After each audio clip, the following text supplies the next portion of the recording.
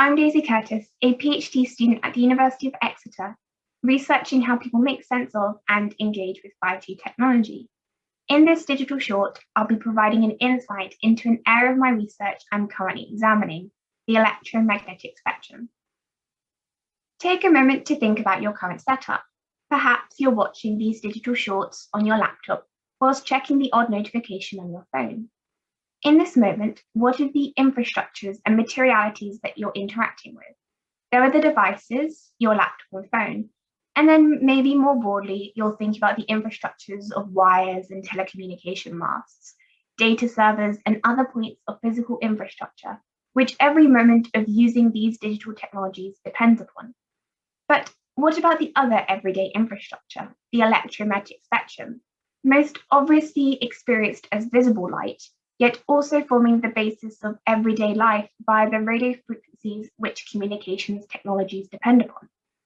Unlike visible light, these radio frequencies function beyond the human senses. As Dunn explains, they are extrasensory.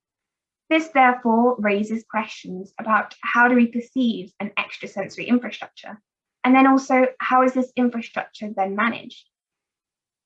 In the news and on social media, and perhaps even in your local community, you may have seen protests about the safety of 5G. The discourse around stopping the rollout of 5G is varied, but a key section of it focuses upon that the electromagnetic spectrum frequencies used by 5G is dangerous for people and the environment.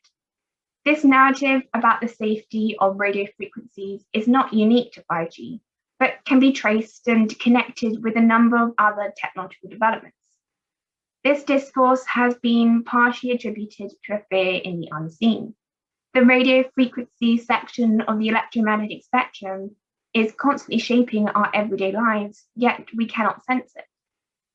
However, there is a group of people who self-identify as sensing these radio frequencies, as they cite effects ranging from nausea and headaches to memory loss, heart palpitations, and depression.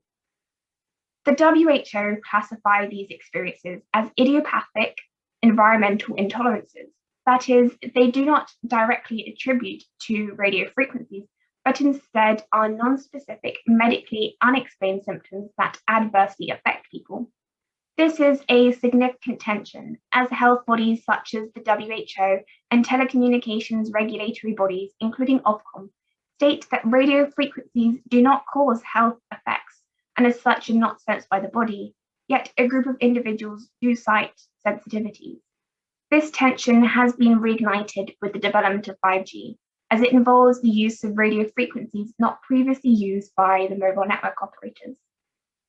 Another key way in which this extrasensory infrastructure is perceived is through its regulation and how it's managed. Because much of everyday life depends on radio frequency section of the electromagnetic spectrum, it is being compared to gold and even water. The electromagnetic spectrum is an asset defined by the European System of Accounts and is auctioned at the national level and in the UK by Ofcom. This shapes our perception, as although we cannot sense this infrastructure, it is understood as a commodity. There are also numerous organisations which function at the national and international scale, working to ensure the spectrum is used effectively and efficiently. On a national level within the UK, Ofcom organises the licences and regulates spectrum usage. On an international level, there are organisations and conferences regulating usage, defining the 5G frequency bands, and ensuring the spectrum is equitably used. Following Easterling, these organisations undertake a form of extra statecraft, as they act alongside and beyond the state, influencing how the usage of the spectrum and in turn how people perceive and interact with it. The radio frequencies part of the electromagnetic spectrum is entangled in our lives. The rollout of 5G technology through its use of different parts of the electromagnetic spectrum has acted to renew focus and draw attention to the extrasensory infrastructure and the politics and concerns about it. In my research, I'm exploring these tensions and also considering the tools which people use to make sense of this new technology. Thank you for listening.